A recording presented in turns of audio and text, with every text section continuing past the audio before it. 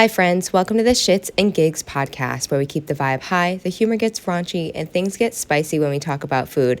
I'm your host, Meg Davis. Welcome. Thank you so much for being here. I hope you're here because you like to get weird, you like to learn about some cool shit, and you're committed to living your best life. YOLO! I am here to lean into my natural curiosity around why the frick we're here and what makes us special. I am honored to witness so much talent and experience with each guest that I have on my channel. Each guest is invited on because of a simple conversation, a simple connection. I just find it so intriguing that we all live the same 24 hours and yet everyone's human experience is completely different. So if you're into thinking bigger and leaning into people's natural passions and gifts, you're in the right place. Yay! So glad you're here. Thanks for tuning in. Hey, it's your host, Meg Davis. Happy New Year. Happy 2025. New year, new you, new me. I am so excited to see what 2025 has to bring for all of us. We are here for a quickie episode of A Bath Bombs. I have an intention this year of allowing my bath bombs to be this free-flowing experience that I kind of record more on a whim when it's fresh, when it's feeling exciting, and I'm feeling passionate about the random ass topics that come up in my head. So this is just a quickie example of that. Last night, my husband and I did a crock pot meal, and it just prompted my husband to say something that just made things click for me. And I just thought, I gotta hop on and record tomorrow morning about this because I think it could help people really heal their relationship with food in such a simple way. So let's dive in. I have not experienced New Year's yet, so I can't really reflect on it. However, I did do some rituals to kind of just release some bad juju, and I'm excited to just plan ahead and dream big with the hubby New Year's Eve and just really set the foundation for what type of lifestyle we're looking to create in 2025. And if this is not something you typically do, I highly recommend taking at least 5 minutes to sit back, reflect, and really, take note of the year that you just experienced. Be proud of all the things that you navigated and the ways that you pivoted to make 2024 work. Sometimes you're just making it work, and you should be so proud of that. And if it was a tough year, really sit and be with yourself about all the things that you worked through and be so proud of where you're at today, even if you feel like you're still in the trenches working through things. Definitely take the time. Actually, why don't I just think up some quick questions to reflect on. One thing that I always like to ask myself is what feels stuck and heavy right now, and I reflect on that, and then I ask myself, what are ways that I can show up differently in order to create positivity around this stuck and heavy situation, or things that I can create in my day to bring happiness to get me through this hard time potentially. And then something else that I like to ask myself dreaming forward is, what are ways I want to enhance my human experience, or what are ways I want to breed more happiness into my day-to-day or self-care? What are ways I can show up for myself differently day-to-day? Things like that. Just think about what your life feels like right now, what feels stuck and heavy, and how can you shift and change things in order to benefit you in this new year. You are more in control of your human experience than I think we realize. Obviously, life is going to throw you curveballs, but you are in full control of how you react and how you show up. And I think that is a huge mental distinction that a lot of people miss out on is, yes, life freaking just sucks sometimes, but how are you navigating it? How are you handling it? And do you have the tools to help yourself handle it? Really lean into tools that are available. Therapy, huge thing that a lot of people are leaning into nowadays. And I'm so proud of everyone that takes advantage of that resource when needed. And it doesn't even have to be a forever thing. If you're just going through a tough season, lean on that resource.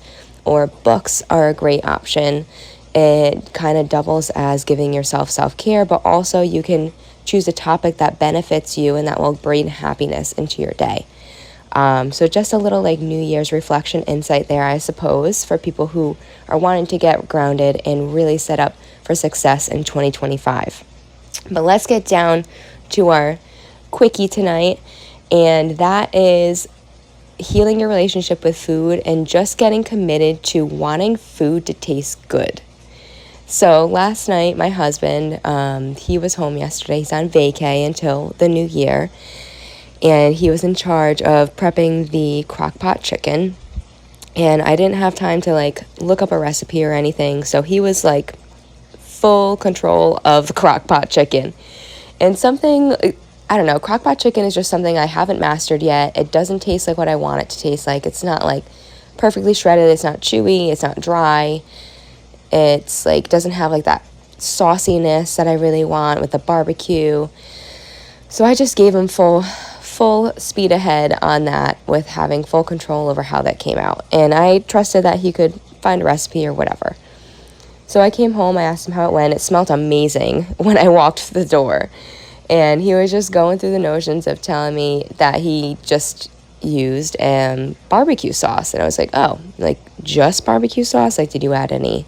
I don't know, I always thought you had to add like a broth or some type of liquid so it doesn't dry out. So instantly my brain is freaking out because I thought it was going to be dry AF.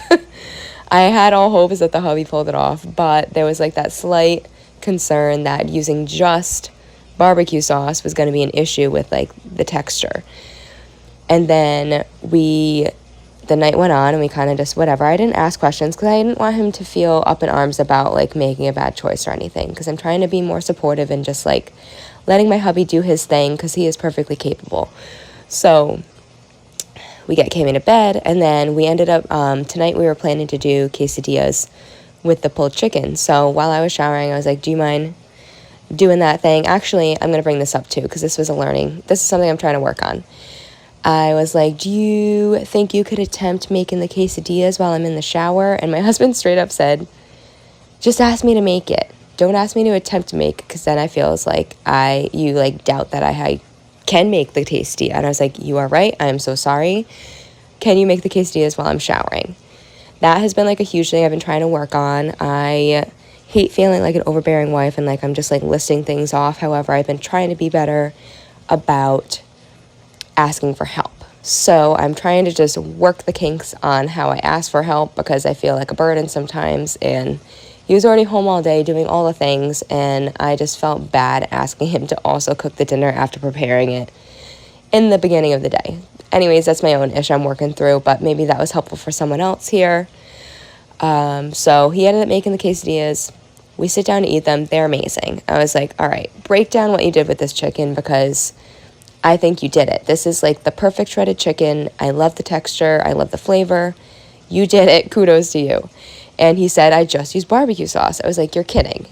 So I asked him what he did, and it is important to note that we used tenders this time, like raw chicken tenders versus breasts. I feel like that's something that was potentially a game changer, just texture-wise, because I don't know. It's hard to find. I buy the Bell & Evans brand chicken, which is top-notch for on the market, guys. You got to pay attention to chicken. There is literally lab-grown chicken on our market shelves. So beware.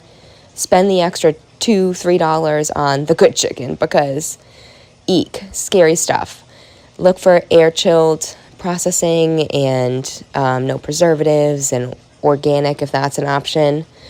But Bell & Evans is top-notch brand. I really love them. Check them out. So anyways, crock-pot chicken, we used a pound of tenders. And then he said he only used about half a container of the Sweet Baby Ray's barbecue sauce. And that was it. And I was like, wow, that is so simple. And then he also mentioned, I was so proud of him. He goes, and I also just didn't cook it as long because it's tenders and I wanted it to taste good, not bad. And he was in the other room and I turned around and I was like, yes. Like, first off, so proud of you. Very intuitive of you to use less time. Way to feel you're in a foodie. And then I said, yes, like that is it. Like that is what, with Nacho Average Prep and like the way I've been trying to have us show up with like the way we eat at home, is just like, I want food that fucking tastes good, not bad.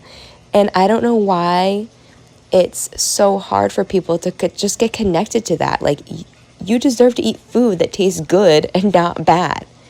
Like, wow, it just like blew my mind the way he said it. It was just like so nonchalant. I was like, but yes, like that is it. Like, people need to get committed to just eating food that tastes good and not bad.